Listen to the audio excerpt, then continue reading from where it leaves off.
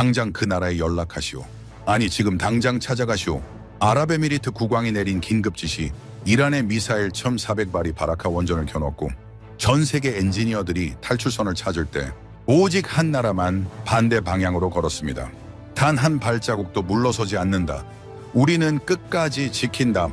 280명의 한국 기술진이 남긴 이 한마디에 백악관 상황실이 얼어붙었죠. 미국 패트리어트도 포기한 사막의 하늘에서 한국이 끝까지 버티자 세계가 경악했습니다. 40년 전 도면 한 장 없던 나라가 어떻게 중동의 심장을 지키는 철벽이 되었을까요? 쏘는 순간 손자도 멸망하게 설계된 대한민국 특유의 지독한 강제적 평화 전략. 지금 그 소름 돋는 진실을 공개합니다. 영상을 시청하신 후 마음에 드신다면 좋아요와 구독 버튼을 꼭 눌러주세요. 여러분의 관심이 저에겐 큰 힘이 됩니다. 그럼 바로 시작하겠습니다. 핵전쟁. 사람들은 그것을 먼 나라 이야기 혹은 영화 속 시나리오라고 생각합니다. 하지만 저는 단언합니다. 그것은 지금 이 순간 우리 눈앞에 닥친 가장 현실적인 위협입니다. 이란 파르스 통신이 전 세계를 향해 공개한 붉은색 타격 리스트. 그 최상단에 적힌 이름은 대한민국 기술의 심장, 바라카 원자력 발전소였습니다. 이란의 미사일 기지에서 발사 버튼을 누르는 순간 바라카까지 도달하는 시간은 단 7분입니다. 7분 뒤 인류는 리셋될 것인가? 아니면 대한민국이 설계한 철벽이 세상을 구할 것인가? 저는 빅터 킹슬리입니다. IAEA 수석 사찰관으로 40년간 핵발전소를 사찰했고 은퇴 후엔 백악관 국가안보실의 핵전략 자문을 맡았죠. 체르노빌도 봤고 후쿠시마도 현장에서 지켜봤습니다. 핵을 둘러싼 공포라면 누구보다 많이 봐왔다고 자부했죠. 그런데 지금 상황은 전혀 다른 차원의 이야기입니다. 전 세계 언론이 7분의 카운트다운에 숨을 죽일 때 저는 오히려 전율했습니다. 이란이 겨눈 것은 발전소가 아니라 쏘는 순간 자신들도 소용돌이 속으로 사라지게 설계된 대한민국의 강제적 평화였기 때문이죠. 오늘 여러분이 몰랐던 그 압도적인 생존 전략의 실체를 증언하겠습니다. 이란 혁명수비대 공식 문건이 공개된 건 이른 아침이었습니다. 파르스 통신이 중계한 그 문건에는 UAE 핵심 기반 시설 타격 목록이 빼곡히 적혀 있었죠. 그 최상단 굵은 글씨로 단 한 줄. 바라카 원자력 발전소. 세계 금융시장이 즉각 반응했습니다. 국제 유가가 수직 상승했고 중동 관련 주식이 일제히 폭락했죠. 두바이 공항에는 탈출 항공편을 잡으려는 인파가 몰렸고 CNN은 긴급 특보를 내보냈습니다. BBC는 스튜디오에 핵 전문가들을 긴급 소집했죠. 그런데 이상한 일이 벌어졌습니다. 프랑스 엔지니어들이 공항으로 향했습니다. 미국 기술자들도 짐을 챙겼죠. 각국 대사관이 긴급 전세기를 띄웠습니다. 그런데 단 한 무리만이 반대 방향으로 걷고 있었죠. 한수원, 한전 KPS, 현대건설. 모두 대한민국 사람들이었죠. 이들이 남긴 말은 단 한마디였습니다. 우리가 지은 집입니다. 우리가 지킵니다. 월스트리트 저널은 이 장면을 보도하며 이렇게 썼습니다. 40년 전 기술 한 조각을 구걸하던 나라가 이제는 목숨을 걸고 세계의 안전을 책임지는 도덕적 거인이 되었다고. 저는 그 기사를 읽으며 40년 전 기억이 떠올랐습니다. 1980년대 초 저는 IAEA 사찰관 자격으로 한국의 고리 원전 건설 현장을 방문했죠. 흙먼지가 날리는 공사판이었습니다. 미국과 프랑스 기술자들이 설계 도면을 펼쳐놓고 지시를 내리면 한국 청년들은 그 옆에서 눈을 반짝이며 받아 적었죠. 한 번은 미국 기술자가 한국 청년에게 소리를 질렀습니다. 저리 비켜, 구경만 하지 말고. 그 청년은 아무 말도 하지 못했습니다. 다만 입술을 깨물며 고개를 숙였죠. 저는 그때 이렇게 생각했습니다. 이 나라가 원전 기술을 스스로 갖추려면 최소 50년은 걸릴 거라고. 틀렸습니다. 완전히 틀렸습니다. 자, 이제 본론으로 들어가겠습니다. 이란은 왜 바라카를 타격 1순위로 지목했을까요? 표면적인 이유는 간단합니다. UAE는 이란의 적성국이고 그 나라의 에너지 심장부를 파괴하면 단숨에 무력화할 수 있다는 계산이었죠. 그런데 이란의 계산에는 치명적인 오류가 있었습니다. 바라카는 단순한 발전소가 아닙니다. UAE 전체 전력의 25%를 공급하는 에너지 기지이자 UAE 전체 식수의 80%를 생산하는 해수 담수화 설비의 동력원이죠. 바라카가 멈추는 순간 두바이와 아부다비의 수도꼭지에서 물이 끊깁니다. 24시간 안에. 그런데 여기서 끝이 아닙니다. 바라카 인근은 전 세계 원유 물동량의 30%가 지나가는 호르무즈 해협의 길목이죠. 타격 시 발생하는 방사능 낙진이 이 해협을 뒤덮으면 전 세계 유조선이 진입을 거부합니다. 국제 유가는 배럴당 300달러를 넘어설 것이고 글로벌 공급망은 즉각 마비되죠. 블룸버그는 이렇게 경고했습니다. 대한민국의 원전은 이제 글로벌 경제의 호흡기와 같다. 그것을 건드리는 자는 지구 전체를 적으로 돌려야 할 것이라고. 이란은 UAE를 죽이려 했습니다. 그런데 실제로는 지구 전체의 목을 겨눈 셈이 된 거죠. 하지만 진짜 반전은 따로 있습니다. 국제 원자력 전문가들이 해류 시뮬레이션을 돌렸습니다. 결과는 충격적이었죠. 바라카가 타격받아 방사능 오염수가 바다로 흘러들면 페르시아만의 해류는 그 오염수를 어디로 데려갈까요? 이란 해안으로 직행합니다. 일주일 안에. 이란의 최대 항구 반다르 아바스. 이란 국민의 식수원. 이란 어민들의 삶의 터전. 모두 방사능으로 뒤덮이죠. 이란은 적을 죽이려다 자기 국민에게 독을 타는 꼴이 되는 겁니다. 로이터는 이 사실을 보도하며 이렇게 썼습니다. 한국은 원전을 판 것이 아니라 중동 전체를 묶어버리는 체인을 설계했다고. 저는 이 대목에서 소름이 돋았습니다. 한국 설계자들이 이것을 의도했는지는 모릅니다. 하지만 결과적으로 그들은 세상에서 가장 완벽한 억지력을 만들어낸 거죠. 쏘는 순간 쏜 자도 사라지는 구조. 이란은 지금 버튼을 누르는 게 아니라 자신들의 사형 집행장에 서명을 하고 있는 겁니다. 그런데 이란이 두려워하는 건 해류만이 아닙니다. 대한민국은 바라카를 팔면서 발전소만 판 게 아닙니다. 방패도 함께 심었죠. 원전 수출 당시 한국은 UAE에 한 가지를 더 제안했습니다. 천궁 두 번째 모델 중거리 지대공 요격 미사일 시스템이죠. 수출이 성사됐고 바라카 주변은 한국형 미사일 방어망으로 겹겹이 둘러싸였습니다. 그런데 이 천궁이 실전에서 어떤 위력을 발휘했는지 여러분은 아십니까? 이란이 UAE를 향해 미사일을 발사했을 때 천궁이 실제로 요격에 나섰습니다. 결과는 완벽했습니다. 단 한 발도 목표물에 닿지 못했죠. 이란의 미사일은 바라카 근처에도 오지 못한 채 공중에서 산산조각이 났습니다. 전 세계 방산 전문가들이 그 데이터를 보고 할 말을 잃었죠. 이란 미사일 기지에서 여론이 포착되는 순간 한국산 레이더가 0.1초 만에 궤적을 계산합니다. 발사와 동시에 요격 준비 완료이죠. 제인스 디펜스는 이렇게 평가했습니다. 바라카는 세계에서 가장 비싼 발전소가 아니라 전 지구상에서 가장 난공불락인 강철의 성벽이 되었다고. 40년 전 기술 하나라도 더 배우려고 울던 그 가난한 나라가 이제는 전 인류의 생사권을 쥐고 있습니다. 외신들이 경악한 진짜 이유는 미사일이 아니었습니다. 한국인들의 지독한 완벽주의였죠. 발전소를 팔면서 방패까지 심고 해류까지 계산하고 실전에서 완벽 요격까지 증명해낸 그 지독함. 바라카는 발전소가 아닙니다. 대한민국이 사막에 박아넣은 평화의 대못입니다. 이란은 계산을 마쳤다고 생각했습니다. 바라카를 타격하면 UAE가 무릎을 꿇는다. 단순하고 명쾌한 논리였죠. 그런데 그 계산에는 치명적인 공백이 있었습니다. 바라카가 어떻게 설계된 건지 이란은 전혀 몰랐던 겁니다. 오늘 저는 이란이 끝내 알아채지 못한 그 설계의 실체를 공개하겠습니다. 이란 혁명수비대가 보유한 정밀 유도 미사일. 그 미사일이 바라카를 향해 날아간다고 가정해봅시다. 명중합니다. 그런데 아무 일도 일어나지 않습니다. 이게 무슨 말이냐고요? 바라카의 경납고는 3중 구조입니다. 특수 배합 콘크리트와 고강도 철근이 겹겹이 맞물린 구조죠. 한국 설계팀이 실제 시뮬레이션을 돌렸습니다. F-16 전투기가 자폭 충돌해도 내부 노심은 0.1mm도 흔들리지 않는다는 결과가 나왔죠. 전투기 한 대가 풀속도로 경납고에 박아도 끄떡없다는 겁니다. 이란의 미사일로는 흠집조차 내기 어렵다는 뜻이죠. 그런데 이 콘크리트에는 비밀이 하나 더 있습니다.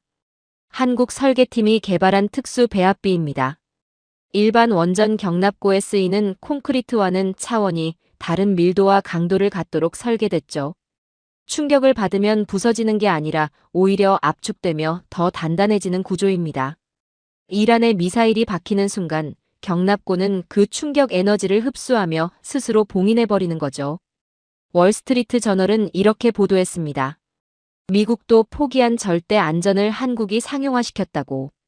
이란의 미사일이 바라카를 향해 날아간다면 그것은 강철 벽에 달걀을 던지는 것과 다를 바 없는 겁니다. 그런데 설령 이 3중 경납고를 뚫는다고 가정해봅시다. IAEA가 공식 시뮬레이션을 돌렸습니다. 바라카의 가압 경수로가 직격으로 파괴될 경우 방출되는 방사성 물질의 양은 후쿠시마의 15배 이상이죠. 후쿠시마 하나만으로도 전 세계가 뒤집어졌습니다. 그 15배입니다. 전술핵 수십 발이 동시에 터진 것과 맞먹는 파괴력이죠. 반경 수백 킬로미터가 영구적인 불모지가 됩니다. 수십 년간 사람이 살 수 없는 땅이 되는 거죠. 그리고 그 방사능은 바람과 해류를 타고 퍼져나갑니다. 이란 쪽으로. 이란 지도부는 이 시뮬레이션 결과를 보고 말문이 막혔습니다. 한국 원전을 치는 것은 우리 영토에 핵을 쏘는 것과 같다는 결론이 나온 겁니다. 이것이 한국이 설계한 완벽한 대칭적 공포입니다. 대한민국은 총 한 발 없이 이란의 손을 묶어버린 거죠. 세상에 이런 무기가 또 있을까요? 쏘고 싶어도 못 쏘게 만드는 설계. 공격하려는 순간 자신이 먼저 무너지도록 짜인 함정. 대한민국은 그것을 발전소라는 이름으로 사막 한복판에 심어놓은 겁니다. 그런데 한국의 설계는 여기서 끝나지 않습니다. 이란이 미사일 대신 다른 방법을 택한다면 어떻게 될까요? 원전 가동을 방해해서 UAE를 서서히 고사시키는 전략이죠. 전력을 끊고 물 공급을 막고 경제를 서서히 질식시키는 방식입니다.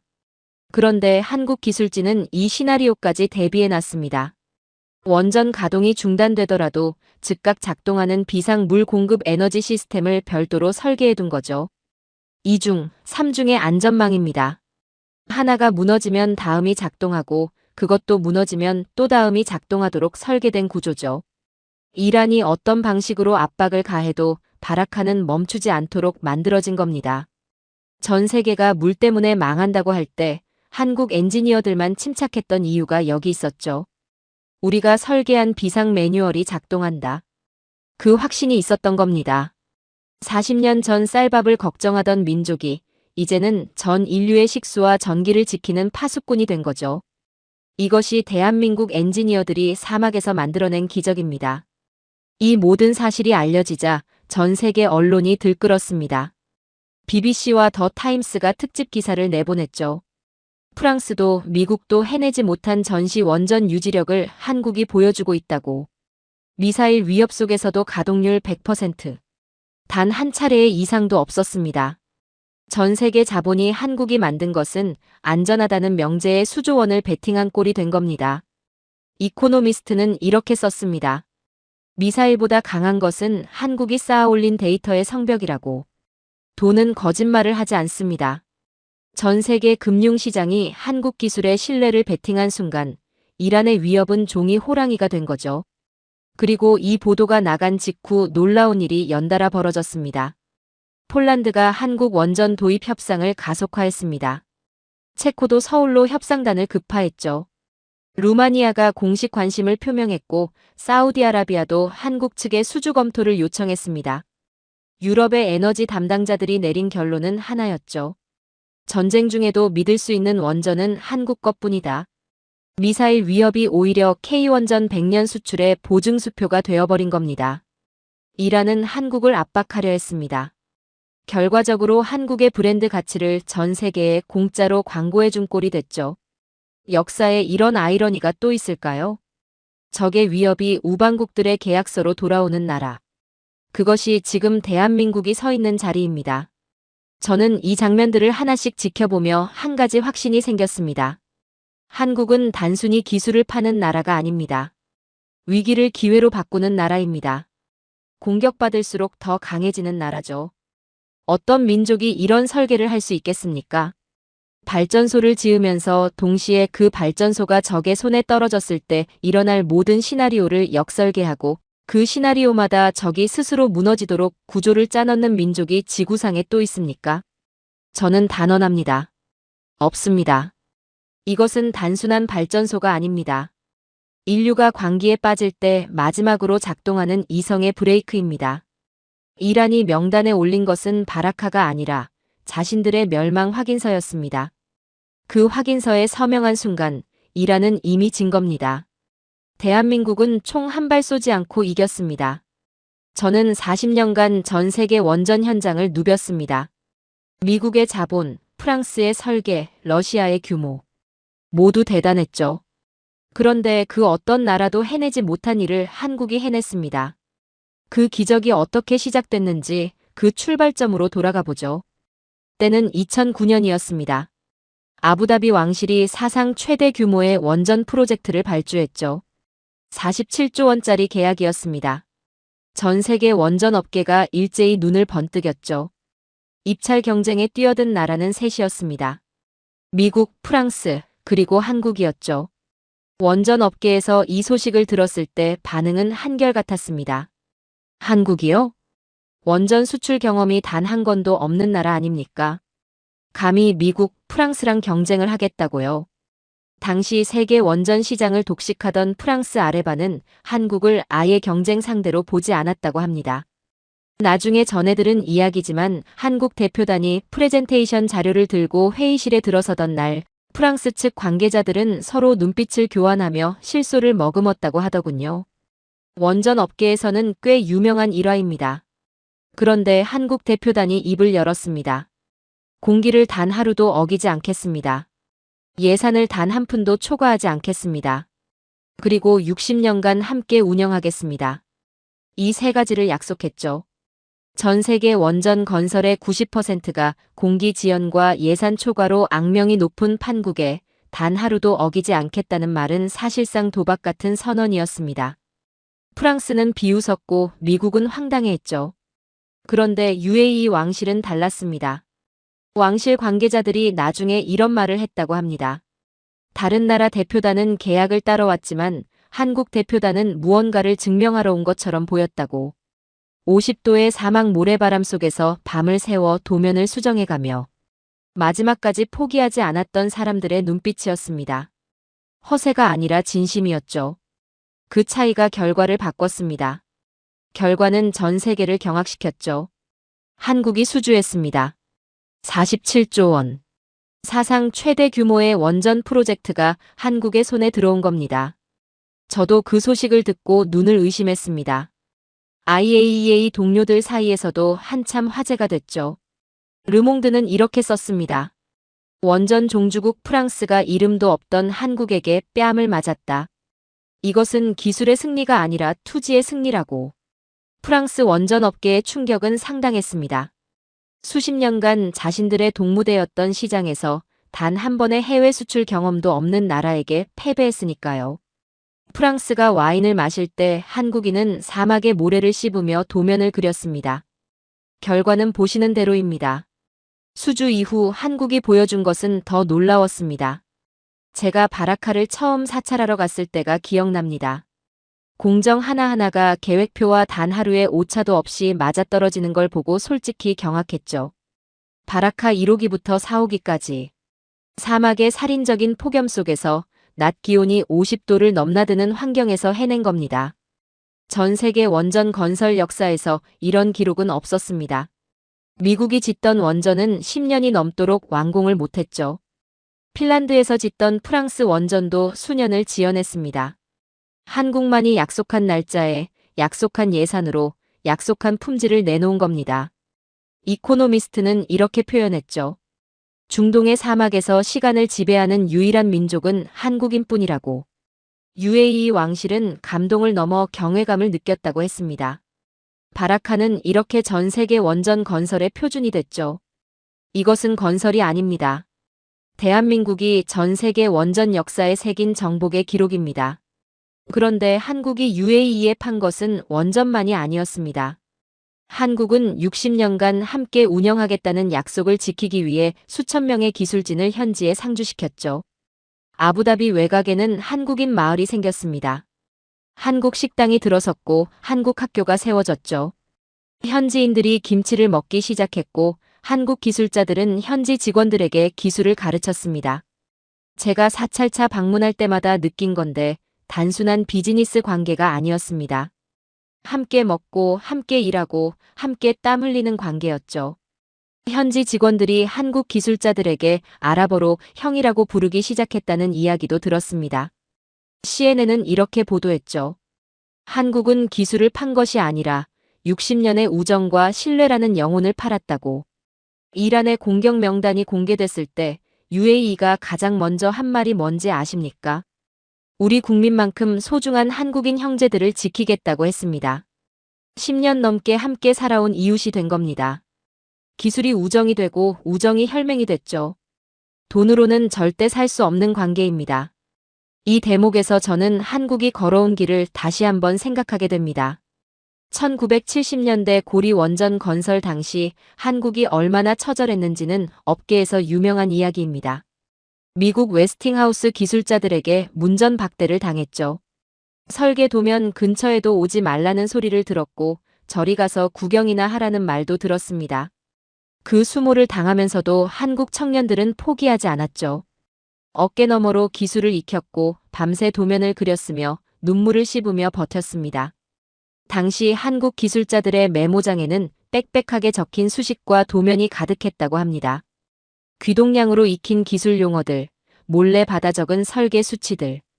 그 치열함이 오늘의 대한민국을 만든 겁니다. 그리고 수십 년이 흘렀습니다. 지금 한국은 전 세계 원전 기술의 95% 이상을 국산화했죠. 독자 모델 APR-1400을 완성했고 이 모델이 바로 바라카에 적용된 기술입니다. 더 놀라운 사실이 있습니다. 이제는 원조 국가인 미국조차 한국의 부품 없이는 원전을 짓기 어려운 상황이 됐죠. 노 코리안, 노 뉴클리어. 한국 부품 없이는 전 세계 원전 공급망이 멈춘다는 말이 나올 정도입니다.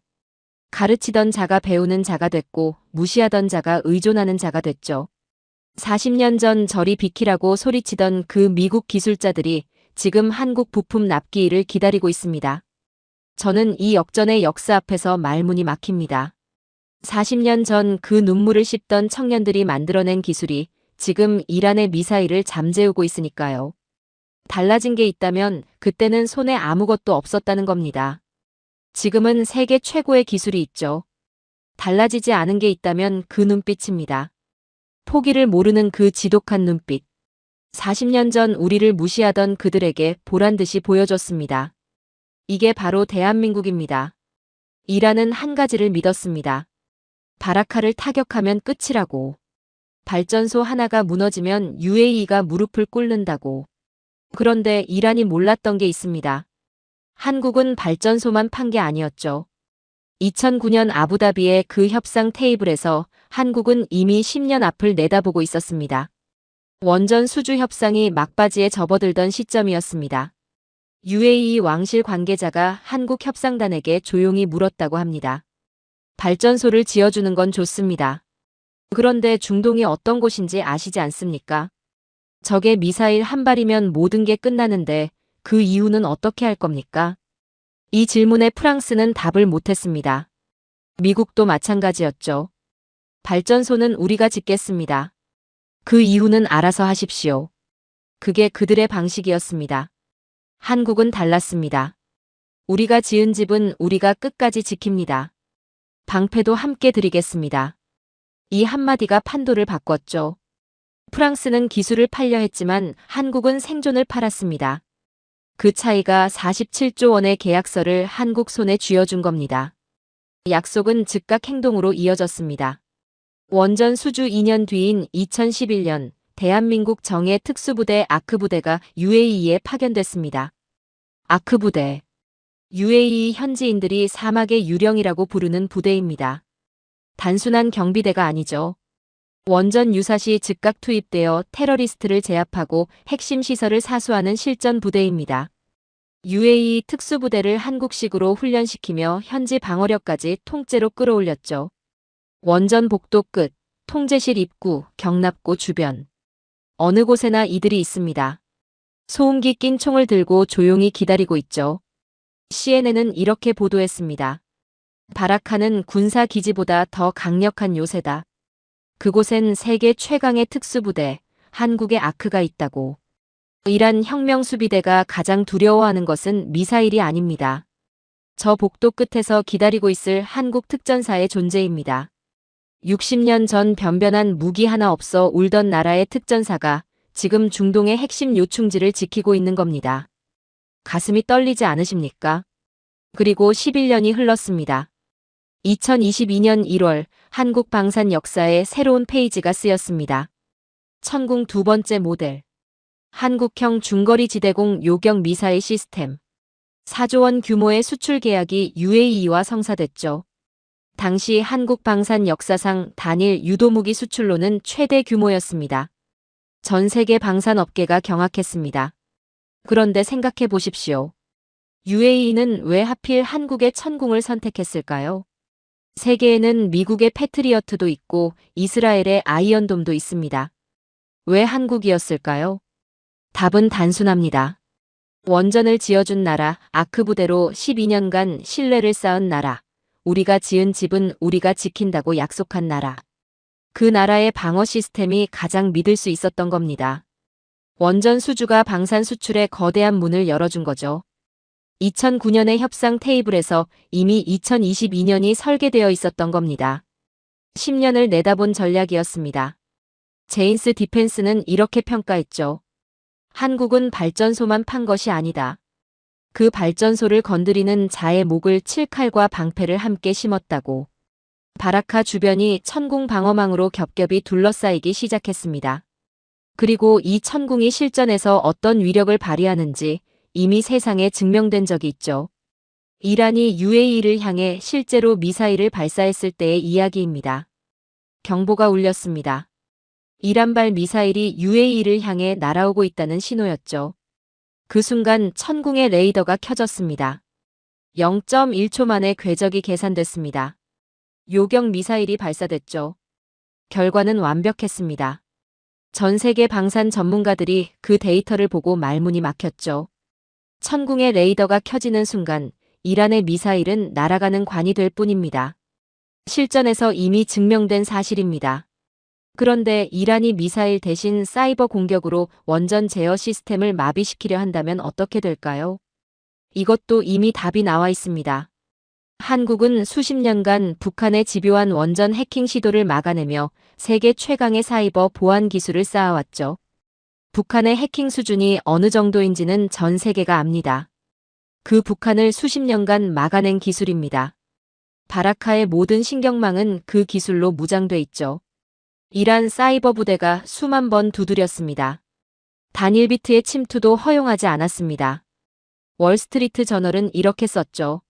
사이버 전쟁에서 한국은 이미 승리했다. 이란의 해커들은 한국의 방화벽 앞에서 무력한 어린아이였다고. 그리고 이란이 정말로 간담이 서늘해진 건 따로 있습니다. 이란은 착각하고 있었습니다. 한국은 멀리 있으니 보복 능력이 없다고요. 틀렸습니다. 완전히 틀렸죠. 한국은 탄두 중량 8톤이 넘는 현무 5번째 모델을 보유하고 있습니다. 8톤입니다. 탄두 하나의 무게가 중형 트럭 4대와 맞먹죠. 이 미사일이 지하 벙커를 향해 날아가면 지하 수십 미터까지 관통한 뒤 폭발합니다. 이란 지도부가 숨어있는 지하 지휘소를 초토화할 수 있다는 전략적 데이터가 이란 지도부에 흘러들어갔죠. 바라카를 건드리는 순간 테헤란의 지하 지휘부는 사라진다는 무언의 경고였습니다. 한국은 조용히 칼을 갈아왔죠.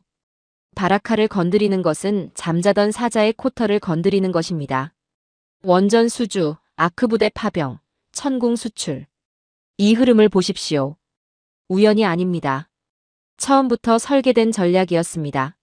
한국은 원전 하나를 팔면서 중동의 판도 전체를 바꿀 청사진을 그려놨던 겁니다. 이란은 그 청사진의 존재조차 몰랐죠. 하늘에는 천궁이 있고 땅에는 아크 부대가 있으며 사이버 공간에는 뚫리지 않는 방화벽이 있습니다. 그리고 멀리서는 현무가 조용히 겨누고 있죠. 바라카는 발전소가 아닙니다. 한국이 사막에 세운 불멸의 요새입니다. 이것이 한국의 경고입니다. 진짜 소름 돋는 건 지금부터입니다. 천궁이 하늘을 지킨다는 사실은 이미 아셨죠? 이란은 단순하게 미사일을 쏘지 않습니다. 현대전에서 미사일 한 발만 날리는 나라는 없죠. 이란이 실제로 쓰는 전술은 이렇습니다. 진짜 미사일 한 발과 함께 수백 개의 디코이를 동시에 발사합니다. 디코이란 레이더를 교란하는 가짜 신호, 가짜 탄두, 가짜 궤적이죠. 하늘을 온통 가짜로 뒤덮어버리는 겁니다. 방어 시스템이 진짜와 가짜를 구분하지 못하는 사이 진짜 미사일이 목표물에 도달하죠. 전 세계 대부분의 방어 시스템이 이 전술에 취약합니다. 그런데 한국의 천궁은 달랐습니다. 천궁에 탑재된 인공지능 알고리즘은 수천 개의 가짜 신호를 0.01초 만에 걸러냅니다. 여론 패턴, 궤적 공률, 속도 변화, 대기 마찰열. 이 네 가지 데이터를 동시에 분석해서 진짜 미사일의 목줄만 골라내는 거죠. 이란이 하늘을 가짜 신호로 뒤덮었지만 한국의 인공지능은 단번에 진짜를 찾아냈습니다. 이건 단순한 요격이 아닙니다. 적의 머리 위에서 노는 지능의 격차입니다. 디펜스 뉴스는 이렇게 썼죠. 이것은 마술이다. 한국의 레이더는 적이 미사일을 쏘기 전 이미 그 미사일의 무덤을 파놓고 기다리고 있었다고. 이란은 강철 덩어리를 타격하는 게 아닙니다. 대한민국이 설계한 인공지능의 벽 앞에 서 있는 겁니다. 그런데 이란은 포기하지 않았습니다. 물리적 타격이 막히자 이번엔 다른 방향을 노렸죠. 사이버 공격이었습니다. 원전 제어 시스템에 침투해서 내부에서 바라카를 무너뜨리겠다는 계산이었죠. 이란 혁명수비대 사이버 부대가 일제히 바라카의 방화벽을 두드리기 시작했습니다. 그런데 이것도 함정이었습니다. 한국 보안팀은 방어만 한 게 아니었죠. 이란 해커들이 바라카의 방화벽에 접속을 시도하는 순간 한국형 보안 시스템이 그들의 IP를 역추적했습니다. 이란 혁명수비대 사이버 지휘부 서버로 역으로 파고 들어간 거죠. 몇 분 뒤 이란 사이버 부대의 모니터가 일제히 암전됐습니다. 바라카를 해킹하려던 부대의 서버가 통째로 마비된 겁니다. 공격하러 들어갔다가 오히려 자신들의 심장부가 불탄 꼴이 됐죠. 이란이 마지막으로 꺼내든 카드가 있었습니다. 고립 전략이었죠. 호르무즈 해협을 봉쇄해서 바라카로 향하는 부품 공급을 끊어버리겠다는 계산이었습니다. 아무리 잘 만든 기계도 부품이 없으면 결국 멈추기 마련이니까요. 그런데 한국은 수주 당시부터 이 시나리오까지 설계해놨습니다. 바라카 현지의 대규모 한국형 정비 창고를 아예 지어버린 거죠. 핵심 부품 재고, 국산화된 교체 부품, 3D 프린팅 정비 설비까지. 보급로가 완전히 차단되더라도 자체적으로 10년은 독자 가동이 가능한 시스템입니다. 이란의 봉쇄 전략이 허공을 가른 거죠. 블룸버그는 이렇게 썼습니다. 한국은 물건만 파는 장사꾼이 아니라 그 물건의 생사까지 책임지는 진정한 파트너였다고. 이란은 고립을 노렸지만 한국은 이미 사막 한복판에 독립적인 에너지 제국을 건설해 놓은 겁니다. 그 어떤 봉쇄도 한국의 불을 끌 수 없었죠. 그리고 이 모든 장면을 직접 목격한 사람들이 있었습니다. 바라카 인근의 주둔한 미 중부사령부 장성들이었습니다. 한국 측의 초청으로 바라카 방어 시뮬레이션을 참관하게 됐죠. 미군의 자부심은 패트리어트입니다. 수십 년간 미국이 세계 최강의 방공 시스템이라고 자부해온 무기죠. 그런데 시뮬레이션 데이터가 공개됐습니다. 표적 획득 속도, 교전 반응 시간, 디코이 분리 정확도.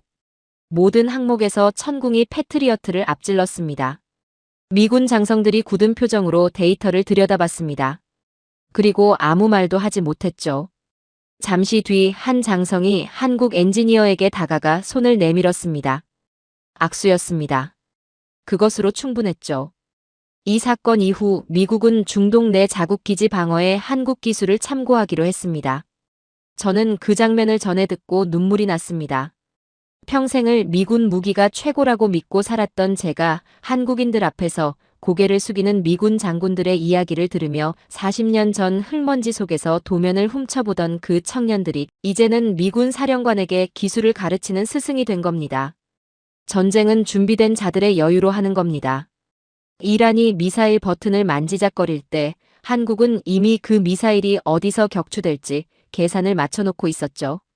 이란이 해킹을 시도할 때 한국은 이미 역공격 코드를 준비해놓고 있었습니다. 이란이 보급로를 끊으려 할 때 한국은 이미 10년치 부품을 사막에 쌓아놓고 있었죠. 이란이 꺼내든 카드가 하나씩 막힐 때마다 한국은 이미 다음 수를 두고 기다리고 있었습니다. 이란은 지금 강철 문을 두드리고 있다고 생각하겠죠. 틀렸습니다. 그들은 한국이 설계한 디지털 블랙홀 속으로 제 발로 걸어 들어온 겁니다. 이것이 바로 조용한 지배자의 진짜 얼굴입니다. 이란의 미사일이 바라카를 겨누던 그 순간 세계에서 가장 빠르게 반응한 곳은 군대가 아니었습니다. 월가였죠. 뉴욕 증시가 열리기도 전에 선물 시장이 요동쳤고 국제 유가가 수직으로 치솟았습니다. 중동 관련 주식이 일제히 폭락했죠. 그런데 흥미로운 일이 벌어졌습니다. 폭락한 건 다른 나라 주식이었고 한국 관련 에너지 기업 주가는 오히려 올랐습니다. 시장이 먼저 알아챈 겁니다. 이 위기의 열쇠를 쥔 나라가 어디인지를. 블룸버그가 긴급 분석을 내놨습니다. 바라카가 타격받는 순간 전 세계 원유 공급망은 48시간 이내에 마비된다고. 바라카는 UAE 석유 시추 설비와 정제 시설의 핵심 동력원이죠. 바라카가 멈추면 UAE의 석유 생산이 멈추고 호르무즈 해협을 통과하는 전 세계 원유 물동량 30%가 흔들립니다. 그 충격이 48시간 안에 전 세계 주유소로 퍼지죠. 배럴당 $200. 그게 블룸버그의 계산이었습니다. 파이낸셜 타임스는 이렇게 썼습니다. 한국은 중동에 전기를 판 것이 아니라 전 세계 유가를 조절하는 밸브를 설치했다고. 이란이 타격하겠다고 한 것은 바라카가 아니었습니다. 전 세계 경제의 산소호흡기였죠. 이 사실이 알려지자 미국과 유럽이 스스로 움직이기 시작했습니다. 한국이 요청한 게 아니었습니다. 바라카를 건드리는 것은 우리와의 전면전이라는 메시지가 이란으로 향했죠. 한국 원전 하나가 전 세계 강대국들을 대신 싸우게 만든 겁니다. 총을 겨누는 힘이 아니라 세계 경제의 목줄을 쥔 자의 힘이었습니다. 그런데 이 와중에 불쾌한 일이 하나 벌어졌습니다. 일부 경쟁국 언론들이 음흉한 가십을 흘리기 시작했죠. 공격 위험에 놓인 한국 원전의 신뢰도가 추락했다는 내용이었습니다. 미사일 타격 리스트에 오른 원전을 누가 사겠느냐는 논리였죠. 노골적인 흠집내기였습니다. 그런데 이 가짜뉴스는 채 며칠을 버티지 못했습니다. IAEA가 즉각 반박 성명을 냈습니다. 미사일 타격 리스트에 올랐다는 것 자체가 그 시설이 국가의 심장이라는 반증이며 그 상황에서도 정상 가동을 유지하는 한국 기술은 경이롭다고. 전 세계 원자력 전문가들이 일제히 같은 목소리를 냈죠. 월스트리트 저널은 이렇게 썼죠. 위기는 한국에게 기회였다. 그들은 공포를 브랜드 가치로 바꿔버리는 연금술을 부렸다고. 흠집을 내려던 손이 오히려 한국의 광고판을 닦아준 꼴이 됐습니다. 그리고 런던에서 조용한 사건이 하나 벌어졌습니다. 세계 최대 보험기구 영국 로이드의 이사회였죠. 전쟁 위기가 고조되면 해당 지역 인프라의 보험료는 수십 배 폭등하는 게 관례입니다. 이사회가 소집됐고 바라카 원전의 보험료를 어떻게 할 것인가를 두고 격론이 벌어졌죠. 그런데 한 이사가 자료를 내밀었습니다. 천궁 요격 성공 데이터, 사이버 역공격 성공 기록, 미사일 경보 속 가동률 100%. 이사회가 조용해졌습니다. 잠시 뒤 의장이 입을 열었죠. 보험료 인상 없음. 이유는 단 하나였습니다. 한국이 설계한 방어막과 한국 기술진의 대응 능력을 신뢰하기 때문이라고. 전 세계 자본이 한국이 만든 것은 안전하다는 명제에 수조 원을 베팅한 겁니다. 이코노미스트는 이렇게 썼죠. 미사일보다 강한 것은 한국이 쌓아올린 데이터의 성벽이라고. 돈은 거짓말을 하지 않습니다. 세계 금융시장이 한국 기술의 신뢰를 베팅한 그 순간 이란의 위협은 종이 호랑이가 됐죠. 그리고 G7 긴급 정상회의가 소집됐습니다. 중동 사태 해결을 위한 비밀 회의였죠. 회의의 핵심 안건은 단 하나였습니다. 바라카 원전을 어떻게 지킬 것인가. 그런데 이 회의에서 미 국무장관이 한 말이 흘러나왔습니다. 한국 정부의 기술적 조언과 방어 데이터 없이는 어떤 군사적 대응도 불가능하다고. 세계 최강국 미국의 국무장관이 한 말이었습니다. 한국 없이는 아무것도 결정하지 말라는 말이었죠. CNN은 이렇게 보도했습니다. 이제 세계의 중심은 워싱턴이 아니라 바라카의 안전을 책임지는 서울로 옮겨졌다고. 유럽의 정상들이 한국 대통령의 전화를 기다리는 풍경. 이것이 지금 2026년의 한국입니다. 저는 이 장면들을 하나씩 떠올리며 생각했습니다. 돈으로 살 수 없는 신뢰. 그것이 한국이 사막 한복판에 쌓아 올린 진짜 금탑입니다. 우리는 단순히 전기를 파는 나라가 아닙니다. 지구의 내일을 결정하는 나라입니다. 저는 지금까지 숫자와 데이터로 이야기했습니다. 미사일 궤적, 요격 성공률, 보험료 등급, 육아 전망. 그런데 이번엔 다른 이야기를 하겠습니다. 기술도 아니고 전략도 아닙니다. 사람 이야기입니다. 중동 사람들이 왜 유독 한국인에게만 마음의 빗장을 여는지 저는 오래전부터 궁금했습니다. 기술이 뛰어난 나라는 많습니다. 자본이 풍부한 나라도 많죠. 그런데 중동 국가들은 위기가 닥칠 때마다 한국을 찾습니다. 그 이유를 알게 된 건 1980년대 이야기를 들었을 때였습니다. 이란, 이라크 전쟁이 한창이던 시절이었죠. 8년간 이어진 그 참혹한 전쟁 속에서 전 세계 건설사들은 장비를 버리고 줄줄이 철수했습니다. 당연한 선택이었습니다. 포탄이 날아다니는 현장에서 버티는 건 상식적으로 말이 안 되는 일이었으니까요. 그런데 끝까지 남은 사람들이 있었습니다. 현대건설을 비롯한 한국 기업들이었죠. 바그다드 국립경기장 공사 현장, 주택단지 건설 현장. 낮에는 포탄을 피하고 밤에는 조명을 켜고 작업을 이어갔습니다. 공기를 맞추기 위해서였죠. 그분들에게 그 사막은 단순한 일터가 아니었습니다. 가족을 먹여 살려야 한다는 절박함, 그리고 한번 맺은 약속은 어떤 상황에서도 지킨다는 신념이 그들을 그 자리에 붙들어 놓았죠. 전쟁이 끝난 후 중동 국가들이 전후 복구 사업 물량을 한국에 몰아준 건 우연이 아니었습니다. 한국인은 목숨을 걸고 약속을 지키는 민족이라는 인식이 이미 그때 중동의 기억 속에 새겨진 거죠. 걸프전 때도 마찬가지였습니다.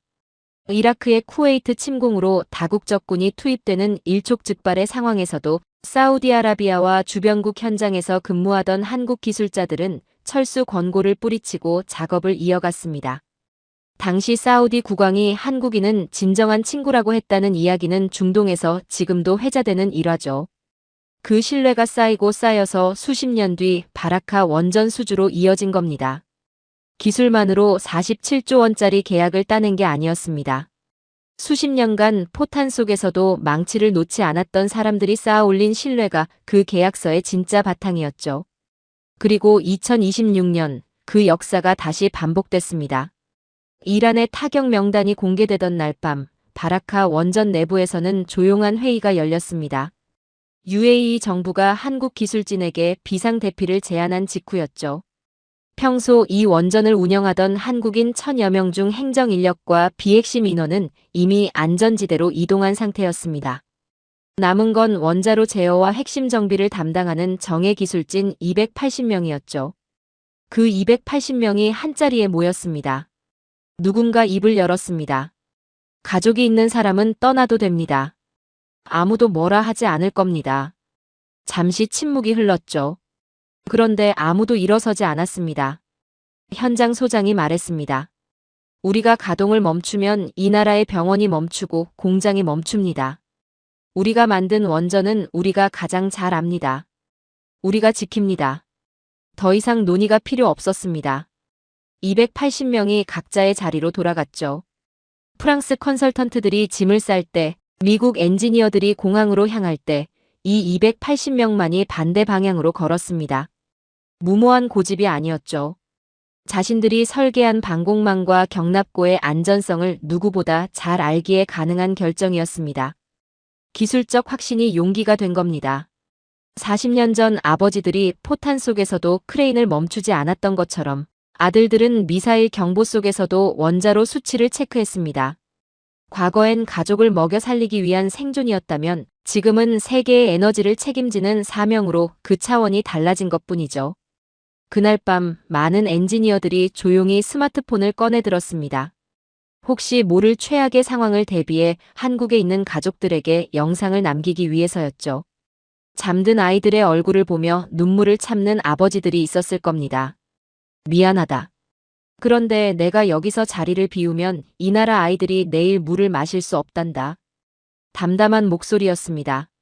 이 영상들이 내부 네트워크를 통해 조용히 퍼졌고 보는 사람마다 말을 잃었죠. 슬픔이 아니었습니다. 거대한 사명감이었습니다. 그런데 놀라운 일이 벌어졌습니다. 공포에 질려 대피하던 UAE 현지 직원들이 뒤를 돌아봤죠. 한국인들이 아직도 통제실을 지키고 있다는 사실을 알았을 때였습니다. 발걸음이 멈췄고 하나둘 돌아오기 시작했습니다. 아무 말 없이 물과 음식을 날랐죠.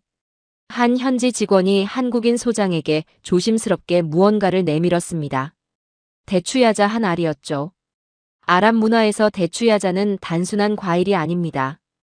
가장 귀한 손님에게 건네는 환대이자 가장 가까운 사람에게 나누는 신뢰의 표현입니다. 그 직원이 떨리는 목소리로 말했습니다. 당신들은 우리의 진짜 형제입니다. 소장은 아무 말도 하지 못했죠. 그 대추야자 한 알이 어떤 계약서보다 무거웠으니까요. 서구 열강은 중동에서 늘 비즈니스적 냉정함을 보여왔습니다. 돈이 안 되면 떠나고 위험하면 버리는 방식이었죠. 그런데 한국은 달랐습니다. 가장 어두울 때 곁을 지켜준 나라였습니다. 40년 전에도 지금도 UAE 왕실이 이 280명을 고용된 기술자가 아니라 진정한 파트너로 대우하는 이유가 여기 있습니다.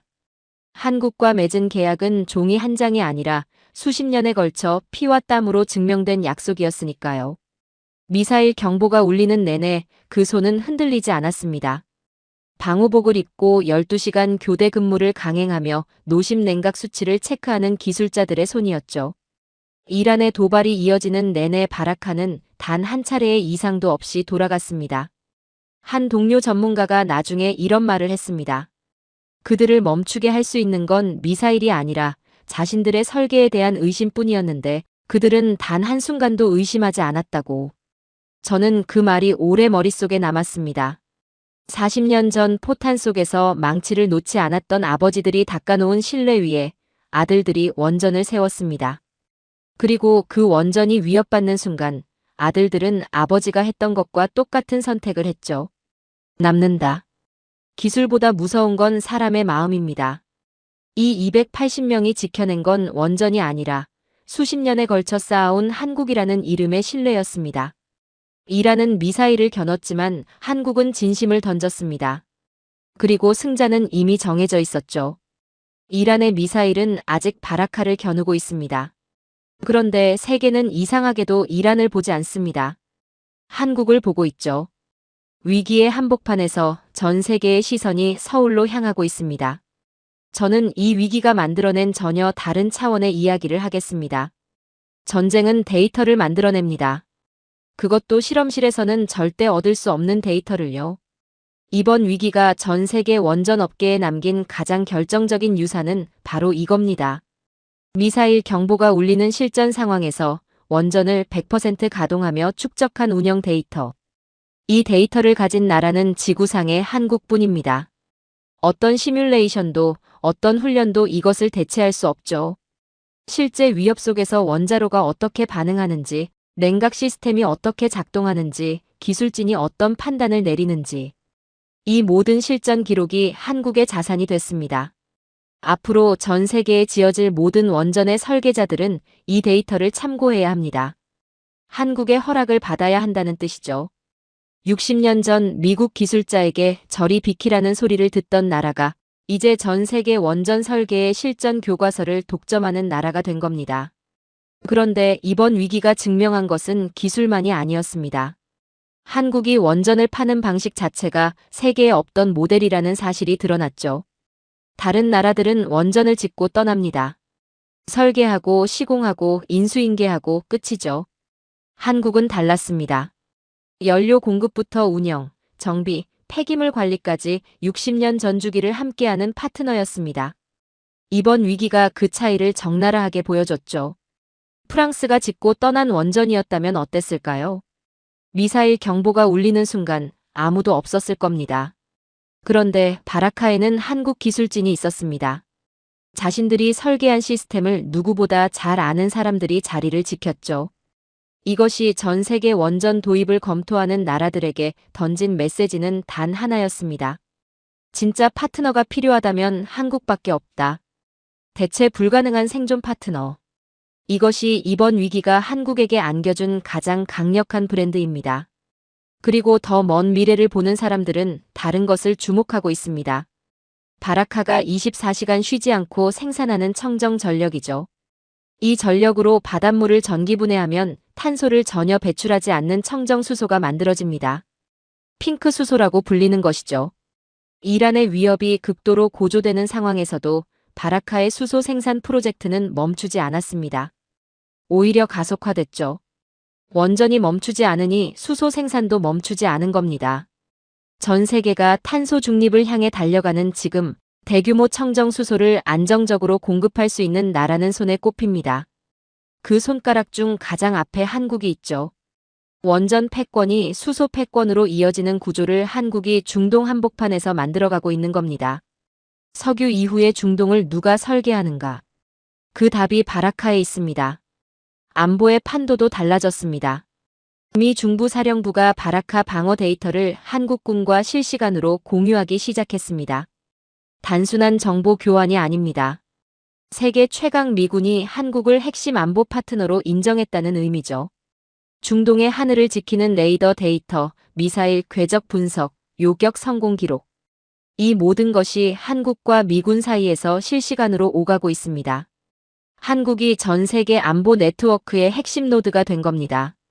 60년 전 스스로를 지킬 무기 하나 없던 나라가 지금은 세계 안보 정보의 중심에 앉아 있습니다. 이것이 현실입니다. 저는 40년간 핵발전소를 사찰하며 수많은 나라를 봐왔습니다.